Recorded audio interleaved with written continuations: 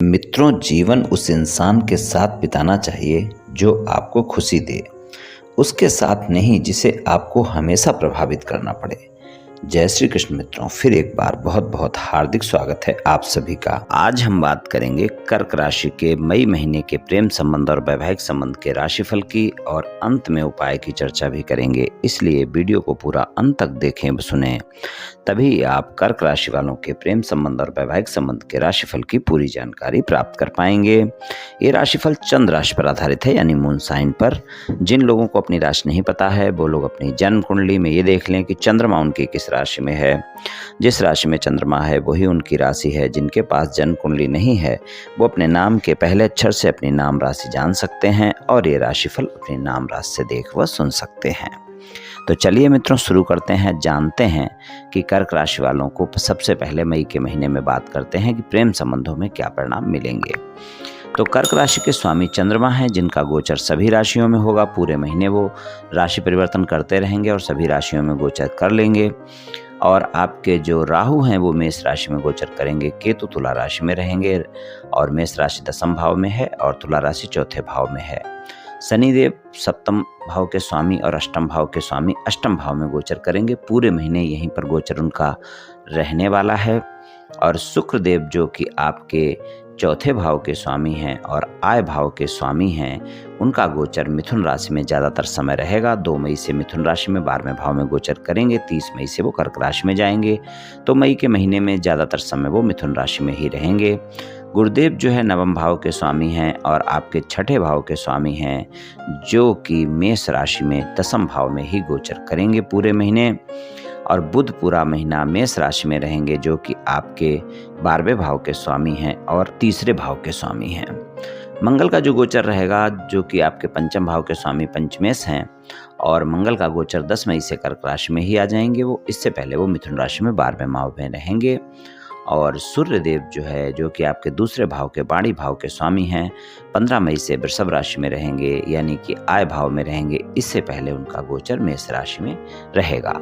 तो इस तरह की कुछ ग्रह गोचर स्थिति रहेगी कर्क राशि वालों के लिए। प्रेम संबंधों की बात करें, पंचम भाव के स्वामी का गोचर देखें तो पंचम भाव के स्वामी का गोचर 10 मई से कर्क राशि में रहेगा। इससे पहले मिथुन राशि में रहेंगे। तो हम देखें 10 मई तक का समय जो रहेगा, वहाँ पर रोमांस तो आपका ज़्यादा रहेगा, लेकिन छोटी छोटी बातों को लेकर आप वाद विवाद भी कर सकते हैं। क्रोध हो सकता है। आपके परिवार के किसी सदस्य के चलते आपके प्रेमी प्रेमिका के साथ वाद विवाद देखने को मिल सकता है। और 10 मई से 31 मई तक का जो समय है, वहाँ पर आपको ज़्यादा बेहतर परिणाम देखने को मिलेंगे। वहाँ पर आपके प्रेम संबंधों में एक दूसरे के साथ मधुरता भी रहेगी, लेकिन आप ध्यान रखें कि आप में क्रोध की भावना बढ़ी रहेगी और उस कारण वाद विवाद भी देखने को मिल सकते हैं। आप में अहम भी देखने को मिल सकता है और उस कारण भी वाद विवाद हो सकते हैं। तो ध्यान रखकर चलने की आवश्यकता होगी इस महीने कि आपके अंदर क्रोध नहीं होना चाहिए और अहम की भावना नहीं होनी चाहिए। और क्रोध और अहम की भावना अगर रहेगी तो आप देखेंगे कि आपकी वाणी के चलते वाद विवाद होते रहेंगे, क्योंकि आप में अहम की अधिकता भी रहेगी और क्रोध की अधिकता भी रहेगी।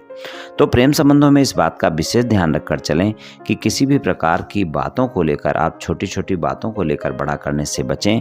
क्रोध पर नियंत्रण अवश्य रखें, अपने अहम को आगे ना आने दें। इस बात का विशेष ध्यान रखकर आप चलें।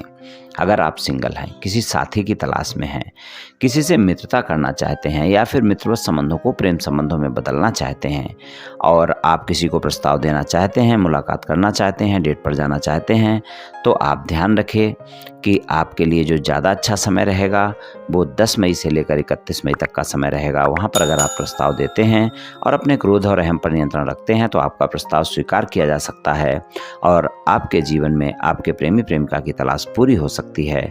यानी कि अगर आप तलाश में हैं कि कोई ना कोई प्रेमी प्रेमिका आपके जीवन में आए तो वो तलाश आपकी पूरी हो सकती है।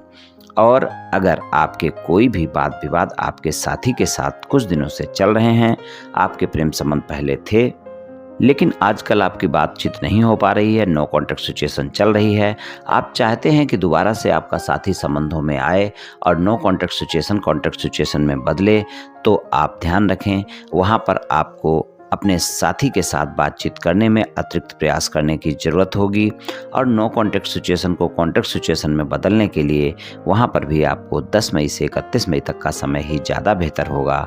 तो वहाँ पर अगर आप प्रयास करते हैं और अपने साथी को जो भी बातों को लेकर वाद विवाद हुए हैं उनको स्पष्टता से सुलझाते हैं तो आपके वाद विवाद समाप्त हो सकते हैं और आपका साथी दोबारा से संबंधों में आ सकता है, यानी आपकी no contact situation contact situation में बदल सकती है। तो प्रेम संबंधों में कुछ इस तरह के परिणाम देखने को मिल सकते हैं कर्क राशि वालों को मई के महीने में। और आप ध्यान रखें कि जो भी वाद विवाद आप सुलझाते हैं वहाँ पर तीसरे व्यक्ति की एंट्री अपने बीच में ना दें, वरना वाद विवाद सुलझेंगे नहीं और बढ़ जाएंगे। इस बात का भी आपको ध्यान रखकर चलने की आवश्यकता है।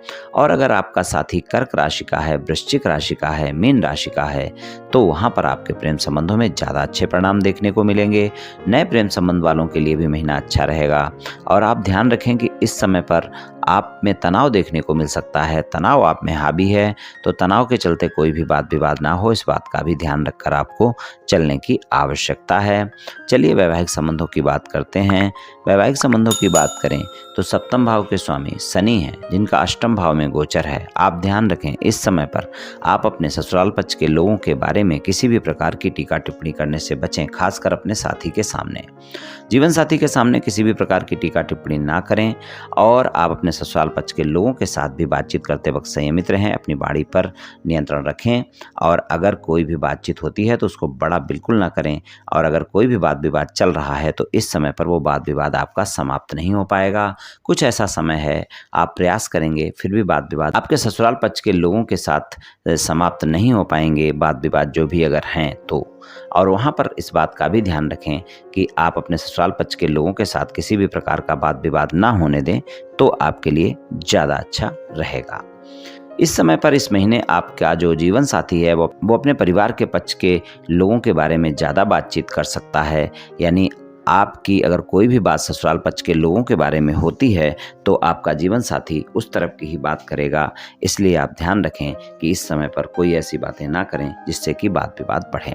तो ससुराल पक्ष के लोगों के साथ संबंधों में सामान्यतः आप वाणी पर संयम रखें, इस बात का ध्यान रखें। और जीवन साथी के साथ भी किसी प्रकार का वाद विवाद ना हो, इसका भी ध्यान रखकर चलना होगा। आप ध्यान रखें कि रोमांटिक महीना रहेगा, रोमांस ज़्यादा रहेगा इस महीने आपके जीवन साथी के साथ। आप समय भी गुजारेंगे, लेकिन ध्यान रखें कि छोटी छोटी बातें बड़ी हो सकती हैं। और खासकर अगर आपने ससुराल पक्ष के बारे में कोई बातचीत ऐसी कर दी तो जो कि आपके जीवन साथी को पसंद नहीं आई तो आप ध्यान रखना कि वाद विवाद ज़्यादा बढ़ जाएंगे। और जीवन साथी के साथ अगर कोई आपसी वाद विवाद चल रहा है और आप उसे समाप्त करना चाहते हैं, सुलझाना चाहते हैं तो इस महीने थोड़ा सा आपको ज़्यादा प्रयास करना होगा। अपने जीवन साथी की बातों को भी सुनना होगा, उसको मनाना होगा, तभी आपको अच्छे परिणाम मिल पाएंगे। तो वैवाहिक संबंधों में कुछ इस तरह के परिणाम देखने को मिल सकते हैं। जीवन साथी के साथ संबंधों में संयमित रहें, छोटी छोटी बातों को बड़ा करने से बचें। और प्रेम संबंधों में भी इस बात का ध्यान रखकर चलें कि वहाँ पर भी छोटी छोटी बातें बड़ी ना करें, नहीं तो वहाँ पर भी वाद विवाद देखने को मिल सकते हैं। उपाय की बात करें तो आप रोजाना शिवलिंग पर 1 लोटा जल अर्पित करें, आपको बहुत अच्छे परिणाम देखने को मिलेंगे। और सोमवार के दिन आप शिवलिंग पर दूध अर्पित करें। तो ये उपाय आप कर लें मित्रों, निश्चित ही आपको लाभ मिलेगा। तो मित्रों, आज मैंने आपसे कर्क राशि वालों के मई महीने के प्रेम संबंध और वैवाहिक संबंध के राशिफल के बारे में कुछ चर्चा की। ये राशिफल सामान्य राशिफल है, सभी जातकों पर पूर्ण रूप से प्रभावी होगा ऐसा संभव नहीं है, क्योंकि आपकी जन्म कुंडली पर भी बहुत कुछ निर्भर करता है। आप सभी स्वस्थ रहें, आयुष्मान रहें, धनवान रहें, ऐसी मेरी श्री कृष्ण भगवान से प्रार्थना है। जय श्री कृष्ण।